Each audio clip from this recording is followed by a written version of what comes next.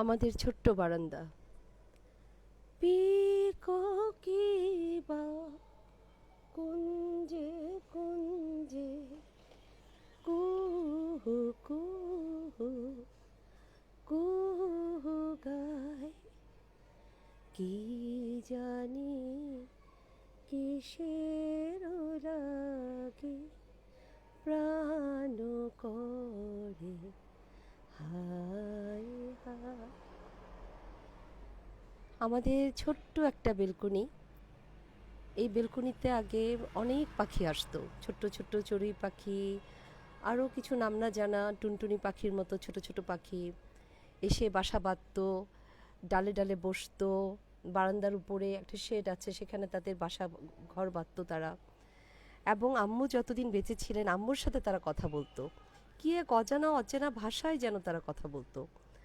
আম্মু পাশে বসে থাকতো, এখানে বারান্দার পাশে একটা ছোট্ট সোফা আছে, সেই সোফাটাতে আম্মু বসে থাকতো এবং তারা তাদের সরু পায়ে আস্তে আস্তে আম্মুর কাছে আগাতো। আবার আম্মু বকা দিলে আবার দূরে সরে যেত, আবার আসতো, আবার চলে যেত, উড়ে উড়ে ঘুরে ঘুরে আবার কাছে আসতো। মানে কি অদ্ভুত একটা মিষ্টি রিলেশন ছিল আম্মুর সাথে।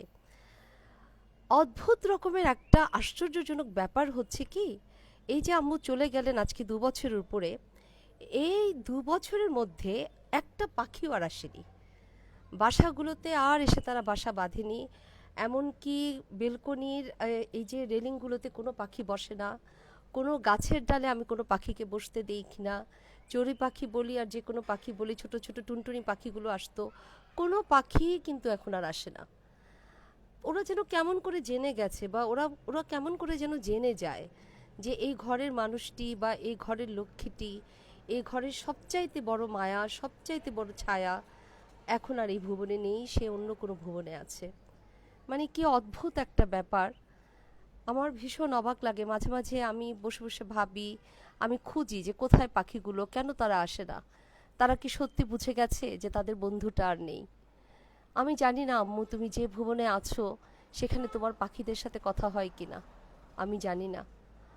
কিন্তু তুমি ভালো থাকো, আমি জানি তুমি ভালো থাকবে, কারণ তোমার মতো মায়াবতী পৃথিবীতে আমি আর একটিও দেখিনি। যে মানে তুমি এক আশ্চর্যজনক রকম একটা মায়াবতী মানুষ, যে তার মনের সবটুকু ভালোবাসা উজাড় করে দিয়ে ভালোবাসতে জানে, মানুষকে ক্ষমা করতে জানে, মানুষকে কাছে টানতে জানে এবং মানুষের জন্য করতে জানে। এবং আমি তোমার মেয়ে হতে পেরে আমি আমি আল্লাহর কাছে অনেক অনেক শুক্রিয়া আদায় করতে চাই। মানে এটা আসলে বলে বোঝানো যাবে না যে আমি তোমার গর্ভে এসেছি এই পৃথিবীতে। এই যে কি অপরিসীম ভাগ্য আমার। আম্মু ভালো থেকো, তুমি জান্নাতে ভালো থেকো, জান্নাতের বাগানে ফুল হয়ে ফুটে থেকো, ওখানকার পাখিদের সাথে কথা বলো। আমি জানি না এই ভুবনের পাখিদের সাথেও তোমার কথা হয় কিনা।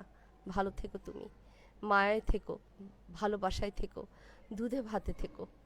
সবাই আমার মায়ের জন্য দোয়া করো। সবাই ভালো থেকো।